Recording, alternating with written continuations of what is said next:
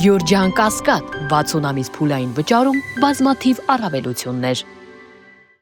Պարոն Ավինյան, ես այդ թեմայի մասին իհարկե աշխատանքային ռեժիմով մի քանի քննարկումներ ունեցել եմ, բայց ամբողջ աշխարհում այդ միտումը, այսինքն այս խնդիրների շատ քաղաքներ բախվում են եւ այսպես ասած ստորգետնյա քաղաքի ռազմավարությունները հիմա ավելի ու ավելի շատ տեղերում են տարածված, որպեսզի ստորգետնյա ենթակառուցվածքներ կառուցվեն այնպիսի, որ խողովակներ եւ այլն, այդ ամեն ինչի սպասարկման համար ճանապարհային շերտի հետ կապված առնչություններ կամ չլինեն կամ ընդհանրապես նվազագույնի հասցվեն։ Իհարկե պարզ է, որ դա ահռելի ներդրում է, բայց եթե մենք հասկանանք, որ դա փոքր կտորներով պետք է գնանք մետրոյի կառուցումով, այլ ենթակառուցվածքների կառուցումով, ընդհանուր հիմա միտում կա, որ էլեկտրական ենթակայանները ստորգետնյա են տանում, որովհետև նաև ջերմային ռեժիմները ավելի հեշտ է ապահովել այդտեղ, սպասարկումը ավելի հեշտ է ապահովել եւ այլն եւ այդպես շարունակ։ Եվ կարծում եմ, որ Երևանի համար էլ եւ մեր մյուս քաղաքների համար էլ այսպիսի ռազմավարություններ պետք է մենք որդեգրենք։ Հիմա երեք գնացել ենք օրինակ Կոտայքի մարզում եւ բոլոր մարզերում է հրաշալի ճանապարհներ են կառուցված, գծանշած եւ այլն, մեկ էլ տեսնում ենք, միտեղ հենց կտրած է, միտեղ սենց է կտրած, միտեղ նենց է կտրած, ու ասենք դա ցավալի տեսարան է, ոնց որ ասում են, ոնց որ մսիցդ պոկած լինի, այդ տենց զգացողություն է լինում, որ այդքան ջանքը գործադրվել է տասնամյակներով գոյություն չունեցող ճանապարհը բերվել է այդ տեսքի, բայց մեկ էլ տեսնում ես մի 20 սանտիմետր սենց ճանապարհը այս ծերից այն ծերը կտրել են ու այդ նշանակում է, որ տեղից ջուրը մտնելու է ու քայքայումը տեղից սկսելու է։ Բայց այս է մեր իրականությունը, պետք է առնչվենք, առերեսվենք եւ լուծումներ գտնելով գնանք առաջ։ Համեցեք, պարոն Պապյան։ Շնորհակալություն, պարոն վարչապետ, ես ուզում եմ որակի հարցին անդրադառնալ, որովհետեւ դուք նաեւ պարոն Խուդացյանը նշեց դրա մասին։ Ես ուզում եմ նշել, որ բիտումը միակ ապրանք չէ, մենք արդեն բավականին լավ պետական եւ մասնավոր լաբորատոր հզորություններ ենք ձեռք բերել, ունենք երկրում եւ դա մեզ հնարավորություն է տալիս մի շարք ապրանքների գծով որակի վերահսկողությունը խստացնել, լավարկել եւ բիտումը դրա օրինակներից մեկն է։ Այստեղ նաեւ մեթոդաբանություն ենք փոխել, նախկինում այդ հնարավորությունները չկար, հիմա արդեն կա, մենք սահմանին ըստ էության կանգնեցնում ենք մեքենան, մինչեւ չկա դրական եզրակացություն, այդ մեքենան չի կարողանում գա Հայաստանի Հանրապետություն եւ ես կարծում եմ, որ շատ հարցեր, որոնք որ ոլորտում կային, սրա արդյունքում կլուծվեն եւ իհարկե հնարավոր է մի փոքր նաեւ հնարավոր է չեմ բացառում գների աճ այդ մասով, բայց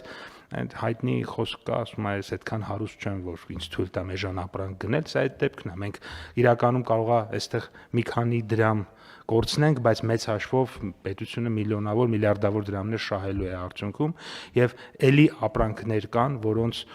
փորձաքննությունների հատվածը խստացնելու ենք եւ սրա հետևանքը լինելու է առաջին հերթին սպառողների բարձր որակի ապրանքներ եւ առողջության համար անվտանգ ապրանքներ ձեռք բերելու իրավունքի ապահովումը, որը շատ կարեւոր է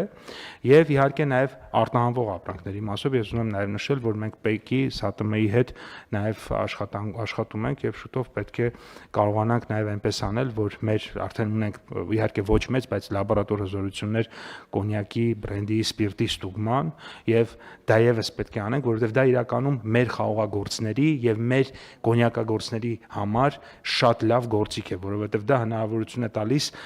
մի կողմից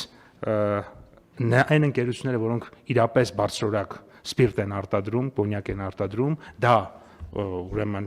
երևում է հստակ փաստաթղթավորված եւ մյուս կողմից կան ընկերություններ, ես ուղիղ պետք է հայտարարեմ, որ չեն մթերում խաղող եւ դա մեզ համար շատ տարօրինակ է եւ դրանով մենք հնարավորություն ունենք ունենալու իրապես տարբերակել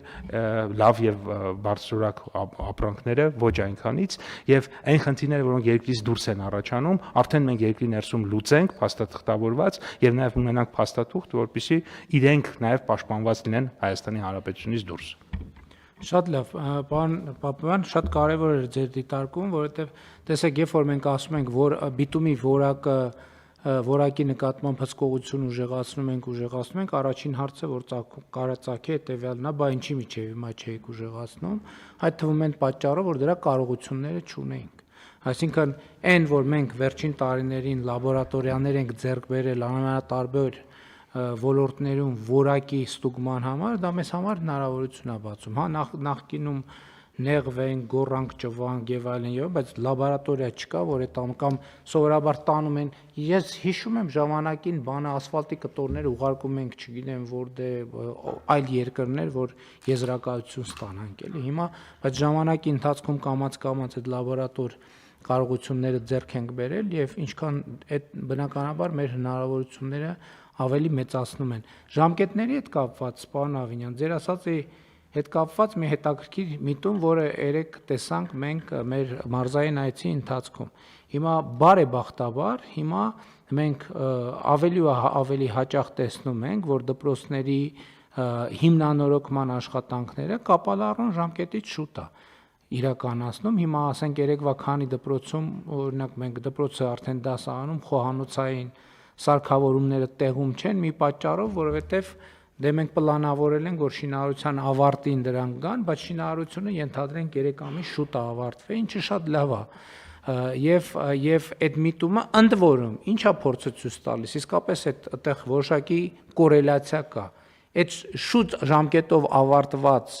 տեղերում սովորաբար որակի հետ կապված առնվազն վիզուալ խնդիրներ գոնե վերջին շրջանում մենք ինչքան շրջայցեր ենք ունեցել, ոնց որ թե տենց առանձնապես մեծ դիտողություններ, դիտարկումներ չենք ունեցել, որովհետև ամեն ինչ որակով ա եղել։ Այսինքն դա նշանակում է ընկերությունը կազմակերպված